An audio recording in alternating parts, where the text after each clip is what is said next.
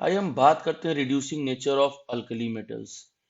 Alkali metals में होता है कि जिसके आउटर मोस्ट सेल में कितना इलेक्ट्रॉन हो, वन इलेक्ट्रॉन हो, जिनका इलेक्ट्रॉनिक कॉन्फ़िगरेशन क्या होता हो, इलेक्ट्रॉनिक कॉन्फ़िगरेशन होता है बेटा एन एस कैरेक्टर के बारे में। रिड्यूसिंग कैरेक्टर का मतलब क्या होता है, पहले मैं आपको इसको बता देता हूँ कि रिड्यूसिंग नेचर क्या होता है। देखो, रिड्यूसिंग कैरेक्टर का मतलब होता है कि इलेक्ट्रॉन लूजिंग टेंडेंसी। ठीक है। रिड्यूसिंग नेचर का मतलब आप सब लोग जानते हो कि इलेक्ट्रॉन लूजिंग टेंडेंसी की बात किया जा रहा है कि अगर कोई एलिमेंट इलेक्ट्रॉन को लूज करता है या इलेक्ट्रॉन को लूज करने की टेंडेंसी रखता है तो वो कहलाता है रिड्यूसिंग एजेंट। ठीक है। तो इलेक्ट्रॉन रिलीजिंग टेंडेंसी की बात हम लोग कर रहे हैं। तो फॉस ग्रुप के जितने भी एलिमेंट होते हैं उनके आउटर मोस्ट सेल में वन इलेक्ट्रॉन होता है और उनके बाहरी सेल में वन इलेक्ट्रॉन होने का मतलब हुआ कि वो अपना एक इलेक्ट्रॉन क्या करेंगे, लूज करेंगे। तो जैसे फॉस ग्रुप का जो एलिमेंट है वो है आपका लिथियम, ठीक है, फिर सोडियम, फिर आपका पोटेशियम, फिर आपका है रुबिडियम, फिर आपका सीजियम और लास्ट में जो आता है वो फ्रेंसियम। जो फ्रेंसियम के बारे में अगर बात कर लें तो ये क्या होता है बेटा, ये होता है रेडियो एक्टिव एलिमेंट। क्या होता है ये, रेडियो एक्टिव एलिमेंट होता है।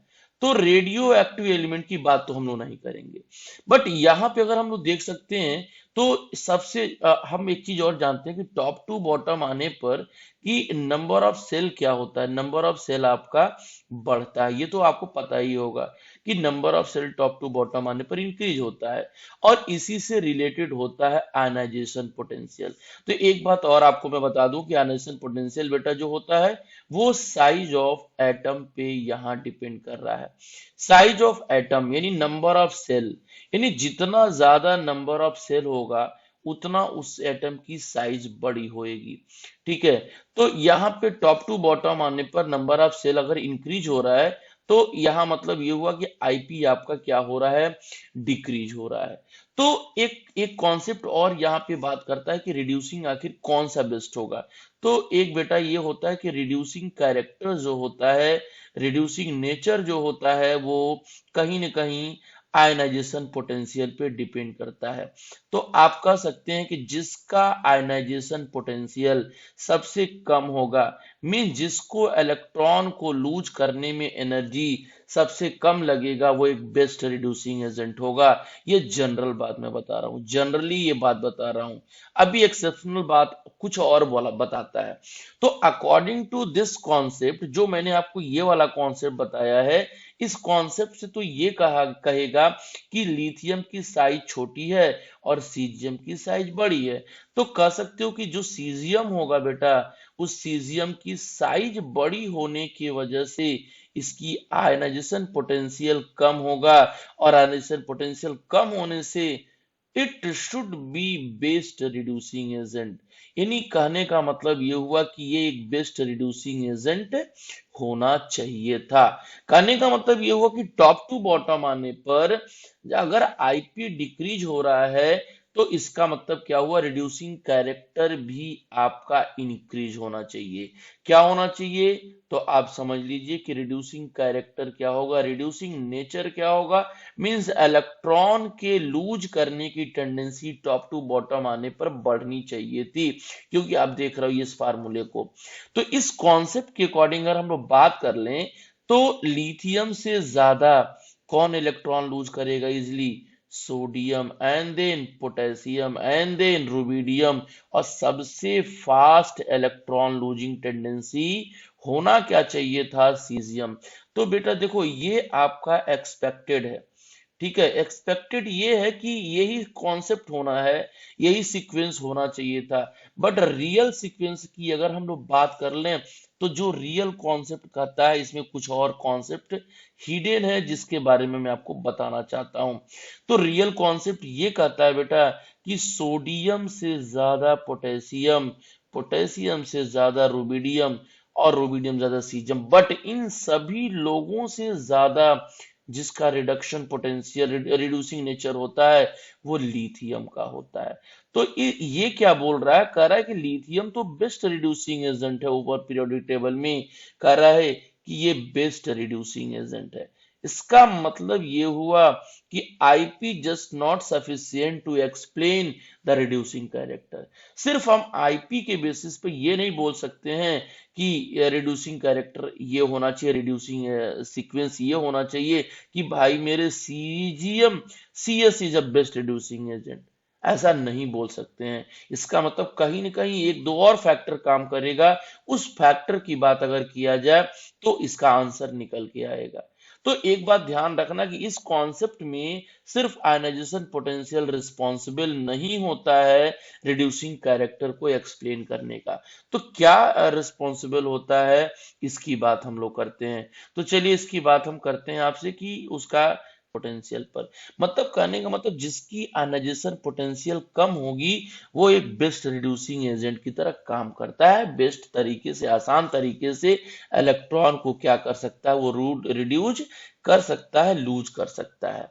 लेकिन मैंने क्या बोला कि they are better reducing agent than non metal. चलो ठीक है, नॉन मेटल से तो बेटर होगा ही होगा, क्योंकि नॉन मेटल की आईपी क्या होती है, वो हाई होती है, और मेटल की जो आईपी होती है आयनाइजेशन पोटेंशियल वो लो होती है। यानी जिसकी आईपी लो होती है जनरली उसका रिड्यूसिंग कैरेक्टर अच्छा होना चाहिए, बेस्ट रिड्यूसिंग एजेंट होना चाहिए। लेकिन ऐसा नॉर्मली देखा जाता है, जनरली ये बात करते हैं। एक्सेप्शनल बातों के अंदर कुछ न कुछ हिडन कॉन्सेप्ट होता है, जिसी चीज को मैं जिक्र करता हूं आपसे। तो देखिए यहां पे है कि reducing nature is not only depend upon the ionization potential. भाई रिड्यूसिंग कैरेक्टर सिर्फ आयनाइजेशन पोटेंशियल पे डिपेंड नहीं करता है, ठीक है। एक और एनर्जी रिस्पॉन्सिबल होता है, और उस एनर्जी को ही तो हम कहते हैं कि सब्लिमेशन एनर्जी। देखो सब्लिमेशन एनर्जी जो also responsible for the reducing nature. Reducing nature को एक्सप्लेन करने का एक और एनर्जी कहा जाता है, उसे कहते हैं सब्लिमेशन। मतलब कि दो एनर्जी को मिला करके हम बेस्ट रिड्यूसिंग एजेंट ढूंढ सकते हैं।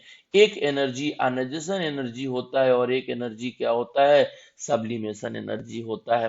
तो चलिए हम आयनाइजेशन और एनर्जी सब्लिमेशन पे थोड़ा फोकस करते हैं। देखो कोई भी मेटल है वो सॉलिड स्टेट में है, तो सॉलिड स्टेट में उसके पास इलेक्ट्रॉन को लूज करने की टेंडेंसी नहीं होती है, क्योंकि वो स्ट्रांगली बॉन्डेड रहता है न्यूक्लियस से। तो कहीं न कहीं उसको पहले क्या करना होगा हमको, उसको पहले हमको गैस में चेंज करना होगा। और आयनाइजेशन एनर्जी तो को डिफाइन करने में ही, डिफाइन जब किया जाता है तो गैस स्टेट में ही डिफाइन करते हैं। तो चलिए the amount of energy will needed to convert the solid metal into the gaseous phase without changing the liquid state, that energy is called sublimation energy.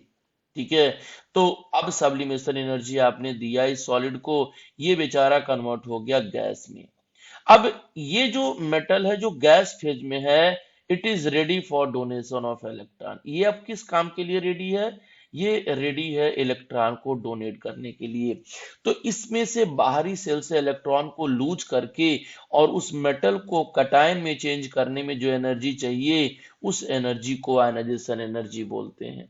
ठीक है। तो देखो रिड्यूसिंग एजेंट को एक्सप्लेन करने के लिए आयनाइजेशन एनर्जी और sublimation energy की वैल्यू कम होनी चाहिए। अगर कम नहीं है तो रिड्यूसिंग एजेंट बेस्ट नहीं है। और एक और बात है हाइड्रेशन एनर्जी। तो हाइड्रेशन एनर्जी क्या होता है कि जब कोई कटायन, जब कोई मेटल पे पॉजिटिव चार्ज वाला स्पीसीज वाटर की कांटेक्ट में आता है, वाटर के साथ इंटरेक्ट होता है, तो उस दौरान जो एनर्जी रिलीज होता है और हाइड्रेटेड हो जाता है वो मेटल कटायन।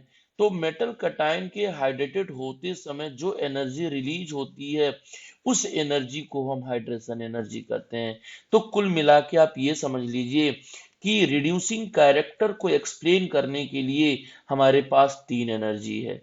एक बेटा है sublimation energy plus ionization energy, और एक होता है हाइड्रेशन एनर्जी। हाइड्रेशन एनर्जी मैंने बता ही दिया कि किसी भी कटायन को वाटर के साथ इंटरेक्शन करने में जो एनर्जी निकलती है, उस एनर्जी को हाइड्रेशन एनर्जी कहते हैं।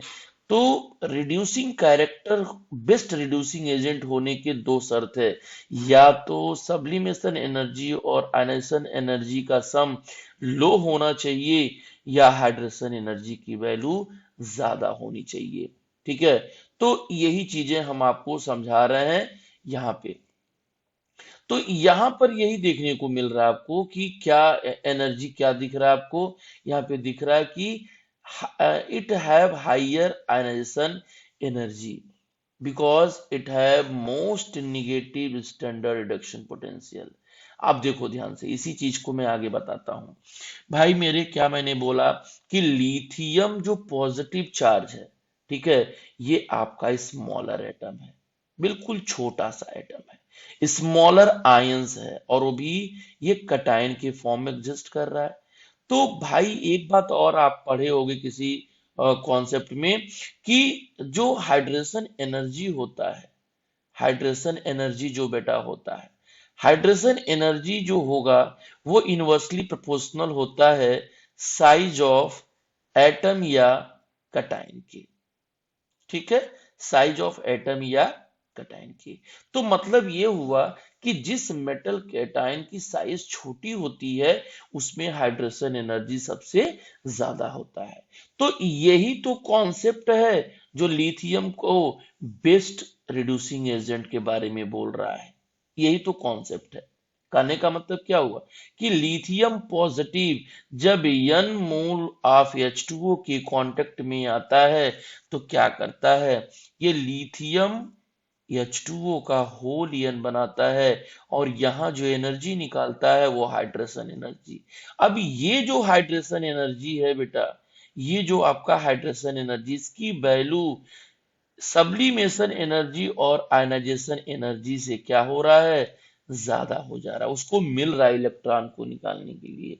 इसीलिए ड्यू टू दिस रीजन, बस यही आपको आंसर मिल गया कि due to this reason, due to this reason क्या होगा बेटा, ये होगा कि lithium is a best reducing agent, is a best reducing agent. Lithium क्या है, बाकी लोगों के कंपेयर में एक बेस्ट रिड्यूसिंग एजेंट है। तो आपको ये समझ में आ गया होगा कि जो नॉर्मल कॉन्सेप्ट है वो नॉर्मल कॉन्सेप्ट का को फॉलो नहीं कर रहा है, नॉर्मल कॉन्सेप्ट को फॉलो नहीं कर रहा, जो ये कॉन्सेप्ट मैंने बताया है। इसको होना क्या चाहिए था, जनरली इस कॉन्सेप्ट के बेसिस पे सीक्वेंस ये होना चाहिए था, लेकिन ऐसा नहीं है। सीक्वेंस क्या हो रहा है कि lithium is a best reducing agent की तरह काम कर रहा है।